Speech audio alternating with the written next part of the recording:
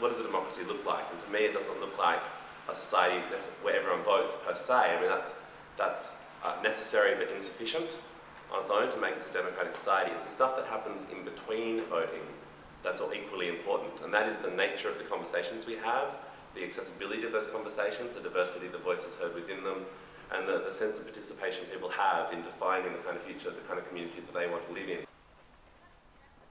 What has gone wrong with our system, with our democratic system, that has resulted in 90% of people feeling like they're not really involved, that they're going through the motions. You'll be having daily press conferences, you know, often several, and you have ample opportunity to ask questions. But yeah, if you want to get questions in, you need to be ready to go and you need to be pushy. Yeah. As all the other journalists will be being. If you're with Howard, you'll be going power walking with the guy. Just remember that you're their eyes and ears, you're their legs out there, and allow yourself to tell them what it's like. You know, if you find yourself at a political meeting at Raymond Terrace, give them a few words about, you know, what that's like. I once covered a Kim Beazley event where he was sort of piped onto a kind of fairground by a pipe band of coal miners.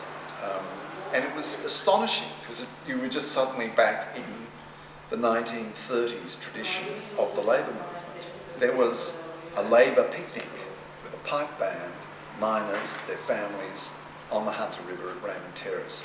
It was astonishing, absolutely terrific moment.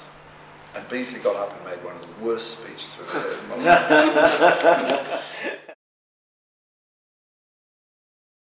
In general, this election campaign is going to be ferociously busy because both of the protagonists are fearsomely energetic. The Beazley versus Howard election campaigns always used to be a bit more relaxed. If you were on the Beazley camp, he was sort of a little bit more, you know, slow paced.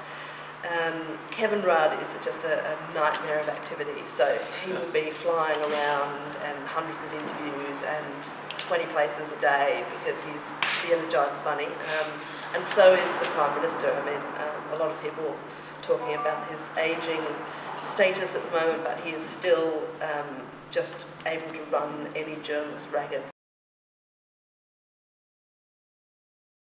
You need to be creative in ways to make yourself relevant and make yourself get in the news. Alright, let's launch straight in, hey? So I reckon let's just do all the interviews and then we'll watch them all together and then analyse them as we're watching them. Ready. Alright.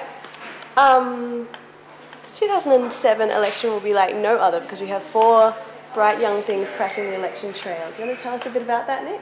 Well, yes, the people who will be crashing the election trail are 4 election trackers. Hello and welcome to the program. Today we're speaking with the managing editor of electiontracker.net, which is a new initiative.